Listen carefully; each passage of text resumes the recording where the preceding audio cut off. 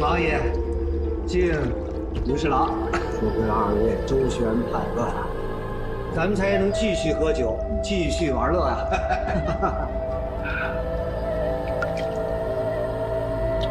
哎呀，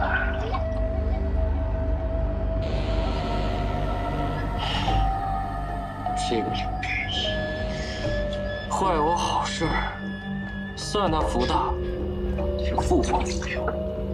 否则本王恨不能斩之后快。是不是啊？向来偏爱他，王爷还是不要跟他一般见识了。倒是那个萧怀解，圣上是怎么打算的？让萧文渊的儿子来查我们，是不是有别的用意？不管圣上什么用意，但凭谁挡我财路，挡我快活，就别想好过。哎，玉春楼最近新来了几个姑娘，如果两位有兴致，我把她们叫过来。罢了，姑娘有的是。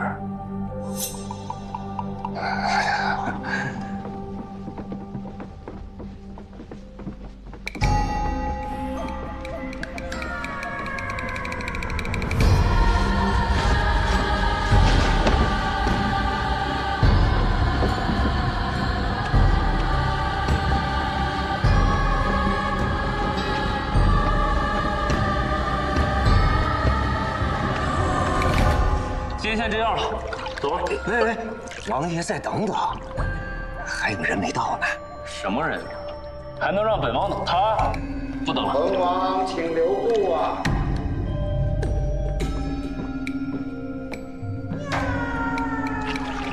什么风把你吹来了？知道恒王惦记着我，这不赶紧就来了吗？嘿，谁想你了？空着手来的？给王爷准备了一些上好的花儿。什么花？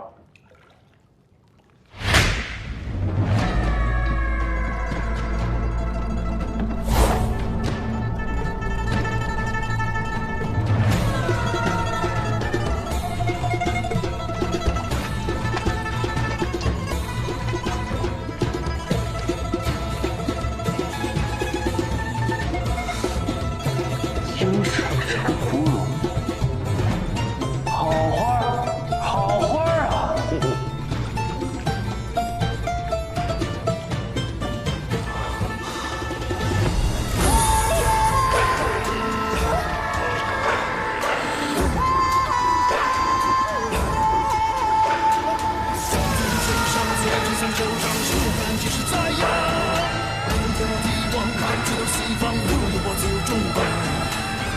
豺狼迎来一招掌，多数罪孽也算分担。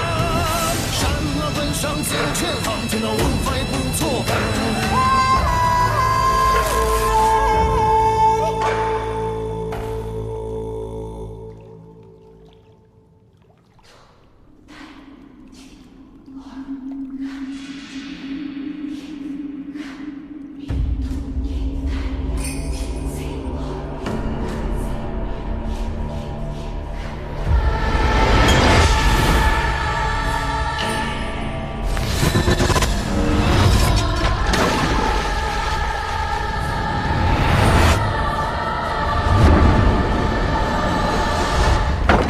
县主，这是喝了多少啊？县主，干嘛？有案子，我告了去。大案，恒王死在了户部侍郎府上，连着吏部侍郎和一众舞女死了10余人。哎，那也轮不到我管，去找大理寺。去过现场的人说，恒王有一道巨大的疤。韩笑不知那人身份，只是在拉扯时看到那人手腕内侧有一块很大的疤。走。你这是把太史城怎么了？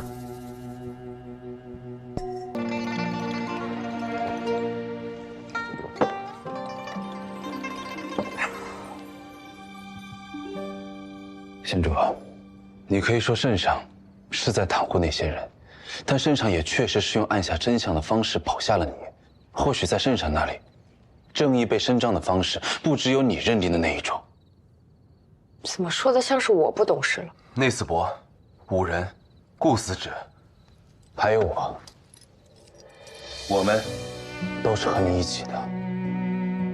跟我一起只能被拖累，你这灵符终究是要还回去的。县主还是信不过我。天下无不散之筵席，太史丞，我敬你。现在，县主可以信得过我了吧？我与吴灵符可以归还，愿与县主共进退。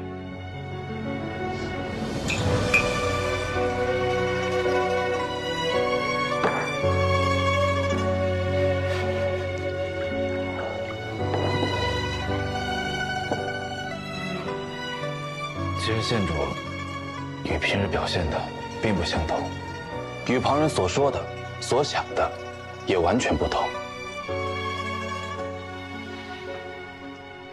萧某不敢说多了解县主，但还是知道你的为人的。多谢太史丞。叫我太史丞，那就还是信不过我。萧兄，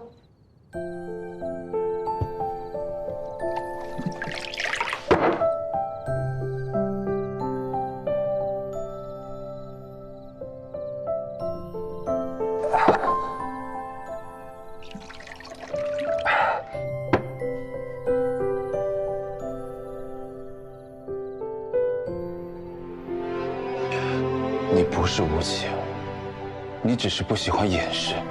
谁还没有不光彩、上不了台面的心思和故事呢？县主，你不隐藏你的小心思，更不显摆你的善良，这一点，我敬重你。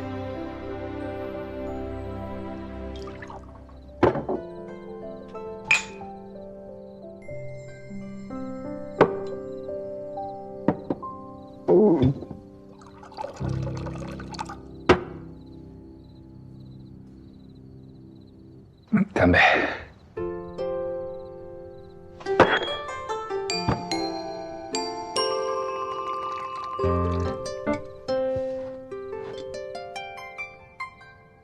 萧兄，你喝醉了。萧某确实喝多了，先告辞了。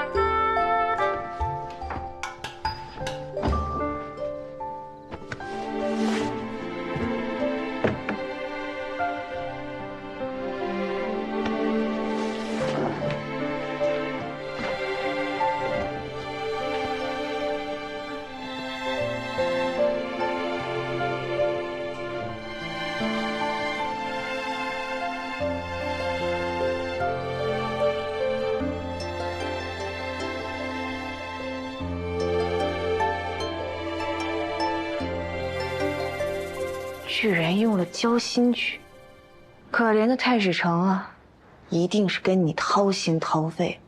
我也掏心掏肺了，你没心没肺。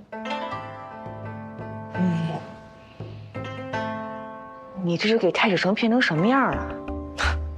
太史丞玲珑心性，能被我骗？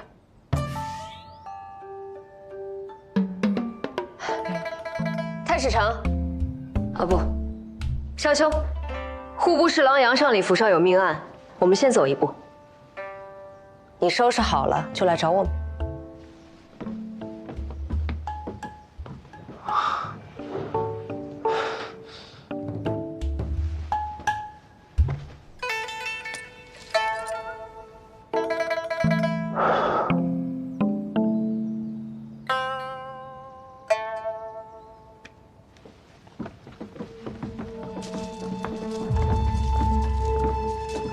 县主，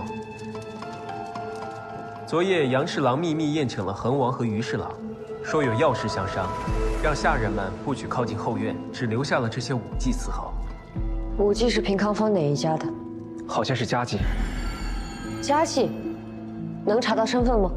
脸变性肿胀，不知来历。他们的主家呢？这些姑娘有专人送过来，还有特别的暗号，对方什么来头，下人不知道，也不敢多问。死者嘴唇、指甲乌青，身体僵硬，应该是中毒。但是酒水、食物、熏香、蜡烛都已经查验过了，无毒。是。池中之水查过了吗？也查过了，不过很奇怪，水中有毒，但量很少。如果把这些人都毒死的话，得把这一池水喝光才行。也可能是他们中毒之后，凶手将剩余毒物倒入池中。他们死亡时间相仿，几乎是同时中毒，但喉咙没有黑，所以毒不是从口入的。难道这是泡澡泡死的？这是什么新鲜玩意儿？这是西域传过来的烟玉，在石炉下面烧火，把石头烧热，再把水浇在石头上面，就会腾起热气。人在热气里蒸着，据说可以活血健体。最近西京城很时兴这个。戴维斯很厉害，这不就把案破了吗？啊，破了？怎么就破了？毒就是这么让他们吸进去的。什么毒查出来了吗？看他们中毒的症状，应该是几种毒药调配而成，但是池中的毒被稀释得很厉害，很难查到。把水拿给老鬼头，他有法子。那四伯已经致仕了，那不是刚好有时间？小兄，县主，这玉事我总觉得有些奇怪，但我又说不上来。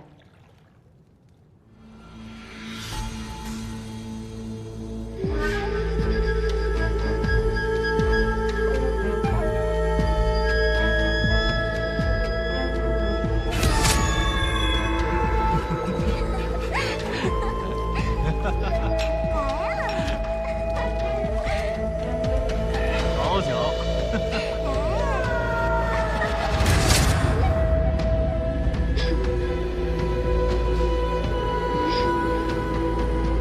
那里少了一人。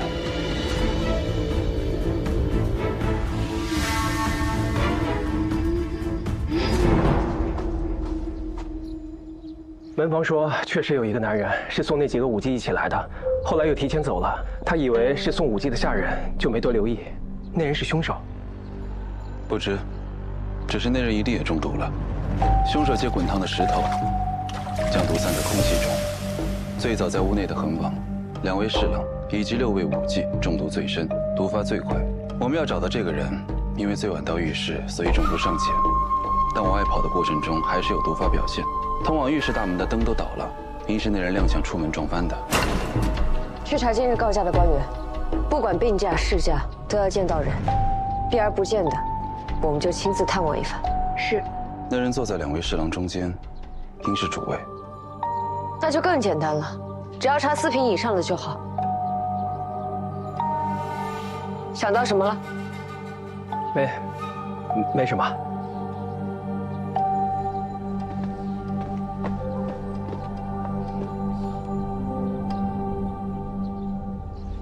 别看了，你该谢谢你家娘子，救了你一命。刚才我给你试的药丸，最多顶你2个时辰的性命。说实话，让我们尽快找到凶手，还是拖延时间赔上你的命，你自己选。绣红楼真正的老板是你吧？你假意让程思止全力查案，这样就能知道案件每一步进展，提前找好替死鬼。你步步为营，好不容易全身而退，为什么又要铤而走险呢？是你太蠢，还是觉得我们太蠢呢？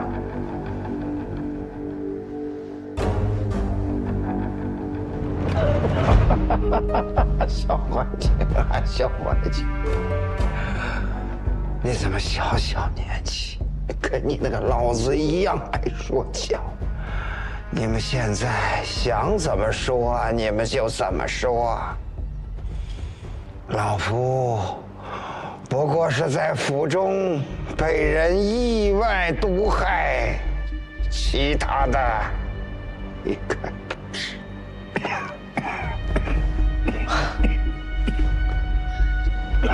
大理卿憋了这么久，就憋出来一招死不认账，怎么和卢正廉一个德行？这么说你是不承认去过杨侍郎的家，也不承认和那些女孩有关系了？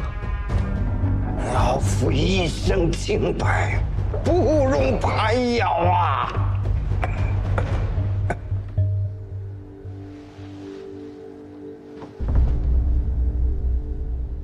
好啊，既然大理卿想当个好官，那我便给你说个故事。太史丞，你说什么故事配得上大理卿呢？当然是嫉恶如仇、宁为玉碎，不为瓦全的故事了。太史丞，请讲。绣红楼一案，虽然孙之望和卢正廉皆已伏法，但谁都知道，幕后诸多侵害宫人的达官显贵，仍在逍遥法外。大理卿吴越坤，痛心于律法遭践踏，下属被陷害，更痛心正义不得。但他也知道，人证物证皆毁，依靠正常的手段根本无法得到真正的公正。于是，他决定兵行险招，打算用自己的方式，让这些人付出代价。如何让这些人付出代价？大理卿听过娄绰的招供，找到了手臂那次有伤疤的恒王，他假意谋取恒王信任，慢慢摸清了那帮人的底细。5日前，他与恒王在杨侍郎家中密会，他趁机将自制的毒药撒入池中。为了不引人怀疑，大理卿宁愿亲赴毒池，与他们鱼死网破。好在苍天有眼，大理卿及时服下解药，保住了一条性命。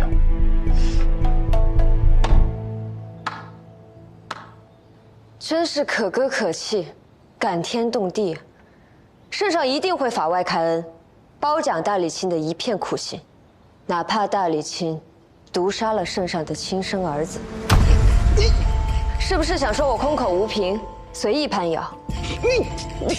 我当然有证据了。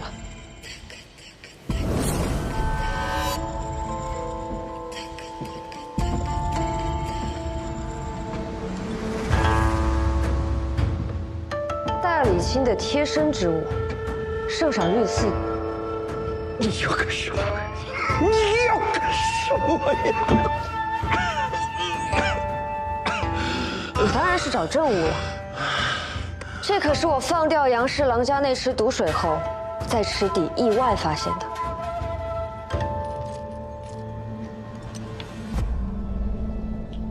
这一瓶毒，是我专门为你配制的，与池中之毒有90%相似，入水冲淡后，便有10%相似了。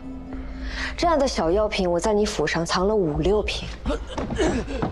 别急，等内业局来搜家的时候，你就知道我藏在哪儿了。现在缺的是人证，娘子自是不会认的。你家车夫也早跑了，不过没关系，杨侍郎家的门房那晚见到你了，他可以作证。他撒谎，他是撒谎，可此事只有天知地知，你知我知啊。你最擅长毁尸灭迹，那我就让你见识见识什么叫无中生有。你能信口雌黄，我也能颠倒是非。承蒙你们这些前辈的教诲，我又学会了不少断案的新法子。既然你喜欢玩，我一定陪你玩到底。我死也不会让你如愿。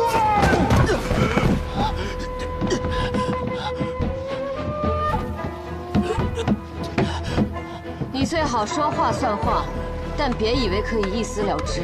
你敢自戕，我一样会把这故事做实，让你吴家灭门，断子绝孙。反正我无父无母，天煞孤星，不怕活着，更不怕死。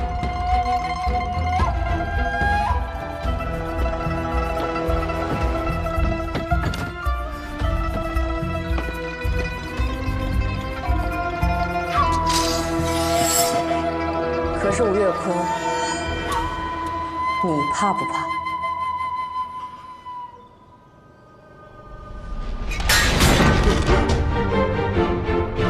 哎呦！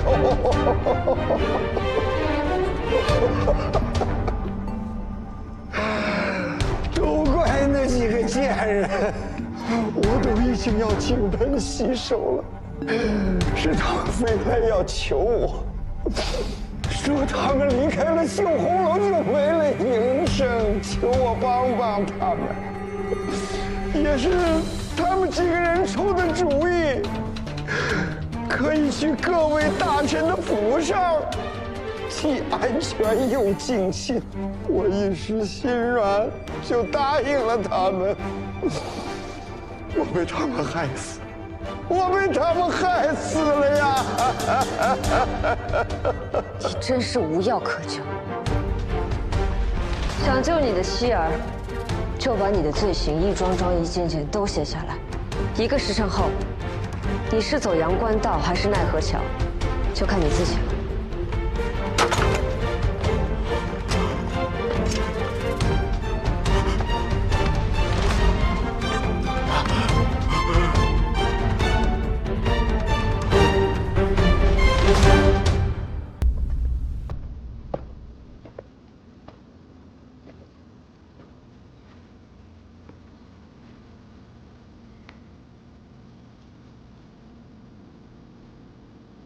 碧柔又给县主添麻烦了。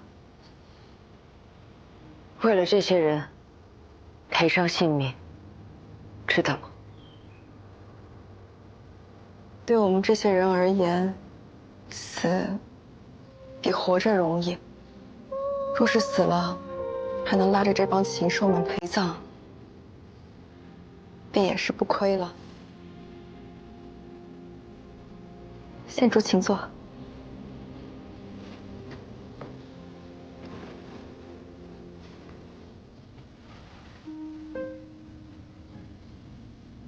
那日太史丞送我们离开西京之后，我在车上和如意大吵了一架。当时若不是他出尔反尔，明明记得那嫖客的模样，却突然改口，县主定能把那些坏人都抓回来，也不至于会被陷害入狱。县主为我们做了这么多，全都白费了。韩笑、陶志也都白死了。我实在是气不过，不愿与他们同行，便下了车。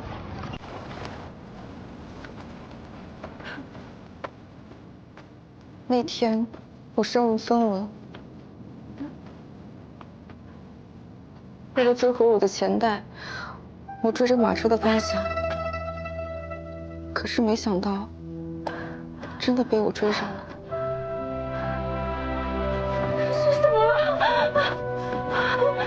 如意，郡主，人呢？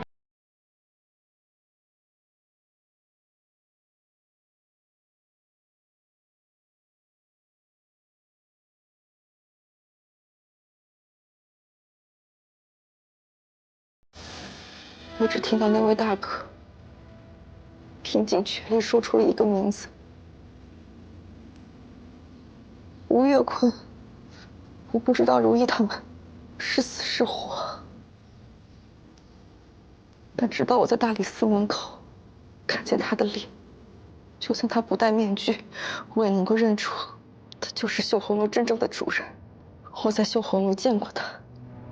那日宴席开始之前，真的让我们换好衣服，像介绍货品一样，向他介绍我们。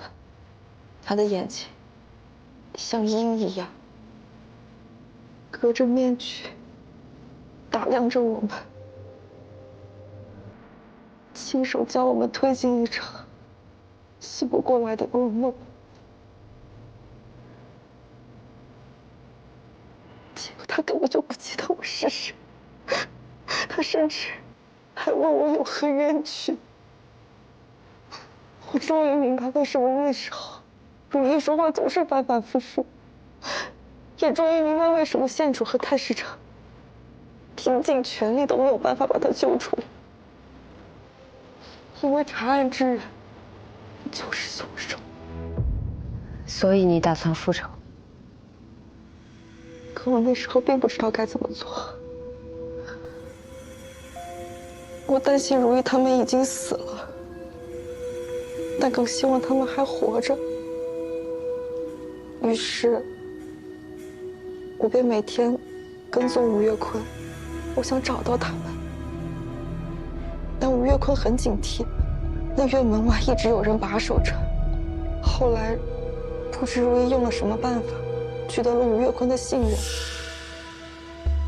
吴越坤竟能允许他出门去采购胭脂水粉，我便趁机和他见了一面。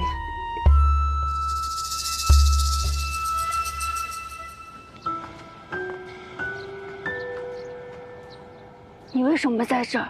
你又为什么会在这儿？西涧不是你待的地方，赶紧离开。你跟我走。我知道有一条小路，1个时辰之内就可以把你送上南下的船。其他的姐妹，我会再想办法，我不会让他把你们再抓回去了。不是他抓的，是我带他们回来的。他既然不想放过我，那我再也不想放过他。弟弟这个刘派，他下个夜战，他们自会派人继续护送你们。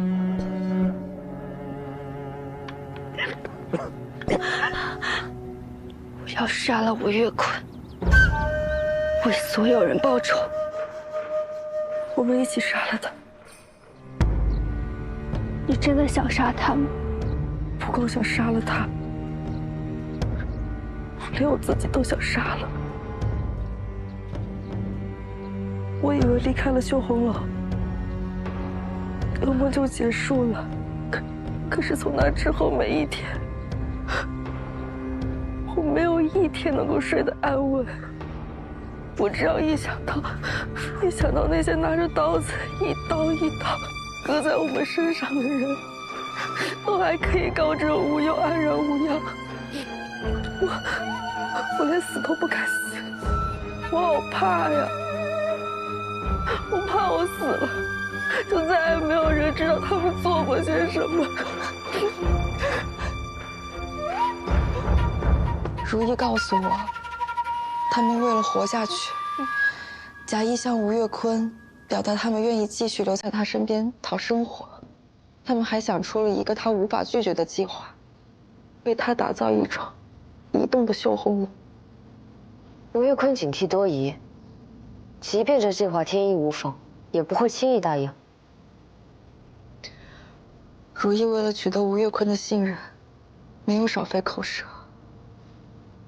她甚至告诉他，若不是韩笑、陶之把事情闹得太大，他根本就不愿意离开绣红楼。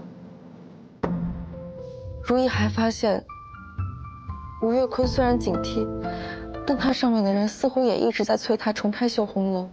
他便设计投其所好，提出移动欢乐场的法子。吴越坤这才表示愿意继续合作，但想在权贵之家下手，并非易事。每次上门都会被严格的搜身，他们也迟迟找不到动手的机会。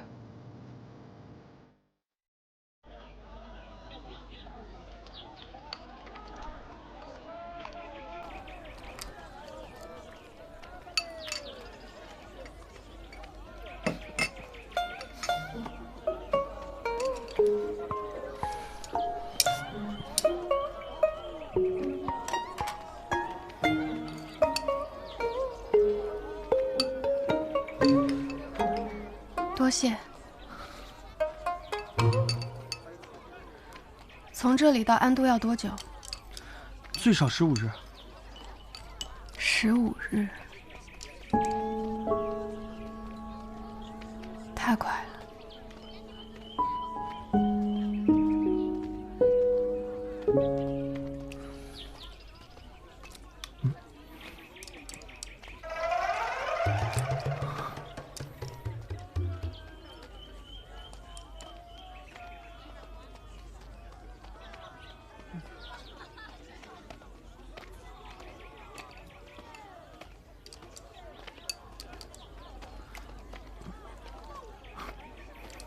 谢姑娘，若兰婆婆，姑娘怎会来到此地？你的眼睛发生什么事儿了？说来话长啊。云游相见，也是缘分。姑娘若不介意，你的眼疾可否由老身为你诊治一二？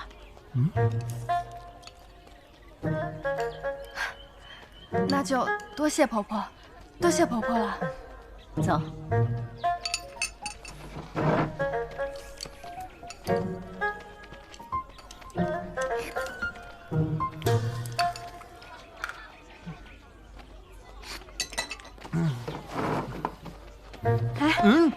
这位少侠，能否麻烦你去帮着抓下药？他们多谢了。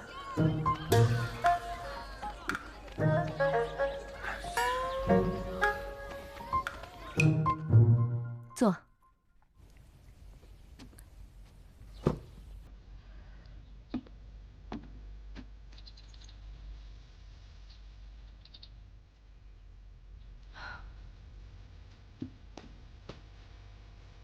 时辰时不可乱动，谢姑娘事务不明。小子，帮我扶稳了她。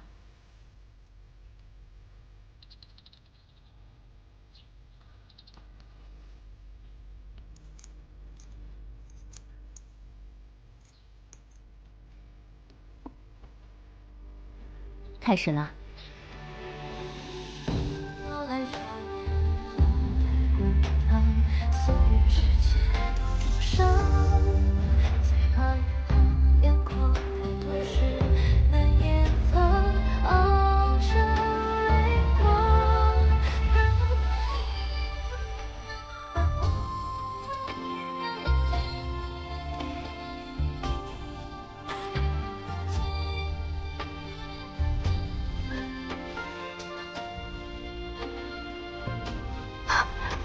镜子，我好疼呀！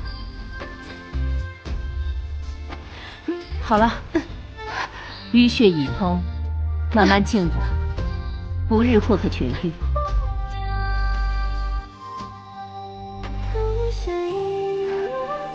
多谢婆婆。相遇即是缘分，姑娘不必客气。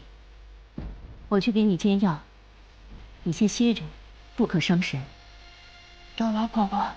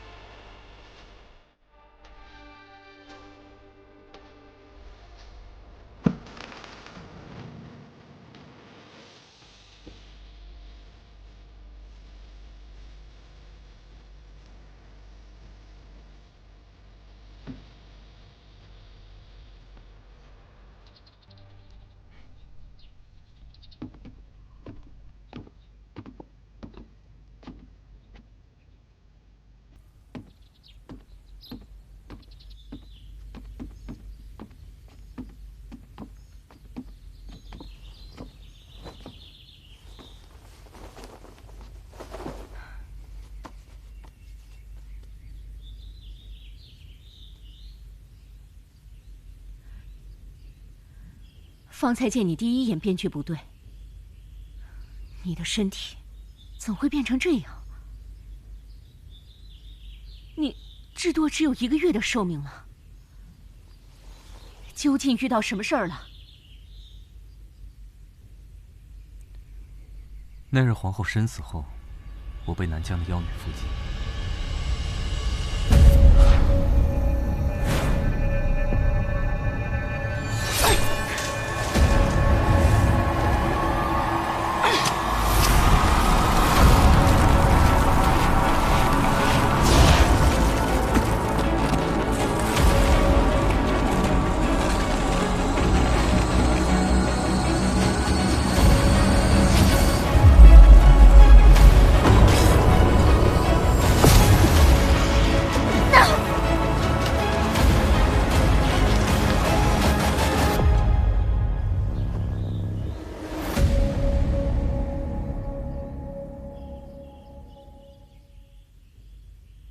你身中寒毒，的确会受到情动的影响。我让你冷落推开他，没让你……这下误会大了。我只是想让他好好活着，没想到你如今左右也是死期将至，与情动无关，用不着再冷落他。你要不要将这一切原委告知于他？何必徒增他的烦恼呢？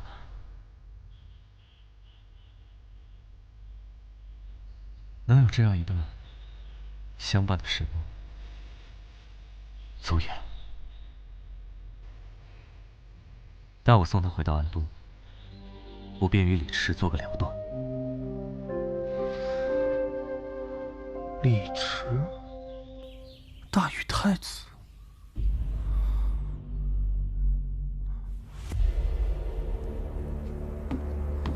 殿下，一切都如殿下所料。那谢氏已赶赴边境收尸，纳锦祠也已一同前往。如今这安都已再无危险，我们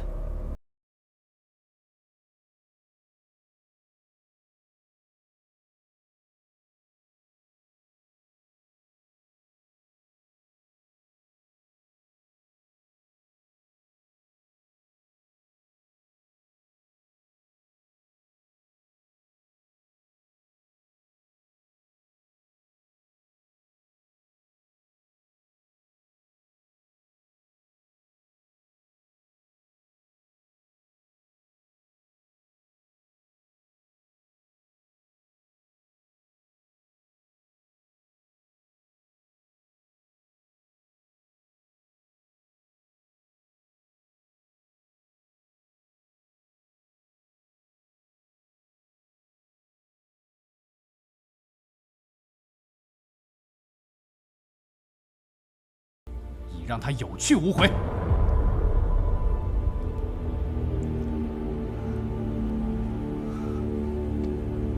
有去无回，这是何意啊？我们一路追杀，重伤了那女的，将她逼入了戈壁鬼境。纵使她有天大的本领，也只能困死在那魔鬼城里，死无葬身之地。殿下，小的们可是为您除去了个心腹大患。心腹大患？是啊。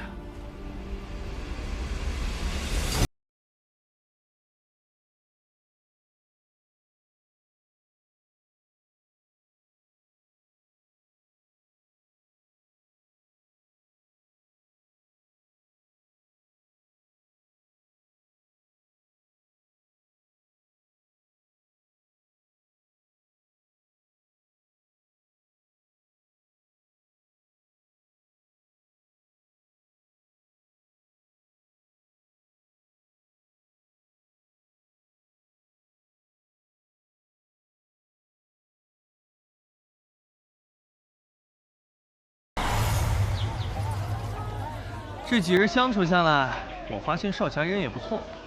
小姐同他一同回安都去，我也放心。我也会依小姐所言，寻一条属于自己的出路。你要回你父亲的部落去吗？我要回到大宗去，夺回属于我自己的东西。你果然不是普通的奴隶。什么也瞒不过我的明珠小姐。明珠？什么意思？明珠，就是大漠里的奇迹，传说能为迷途的人指引方向。大漠的孩子，一生都在寻找属于自己的明珠。我早已经嫁过人了，当不了你的明珠。我知道，那又如何？他对你又不好，自然不配得到小姐的爱。小姐，您应该将眼光放得长远一点，寻个新人。就比如乖巧听话的，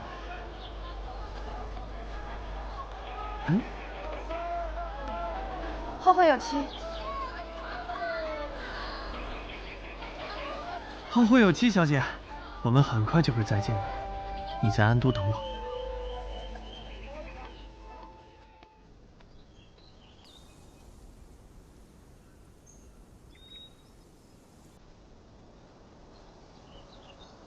前方便是安都，就安全了。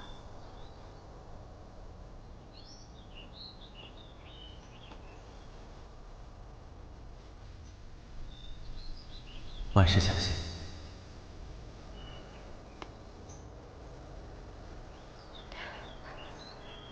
这一路上，你当真就没有一句话想对我说吗？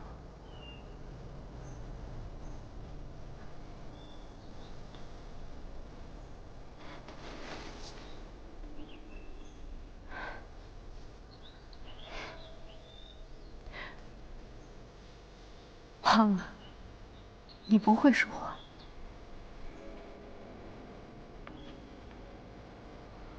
你我就此别过吧。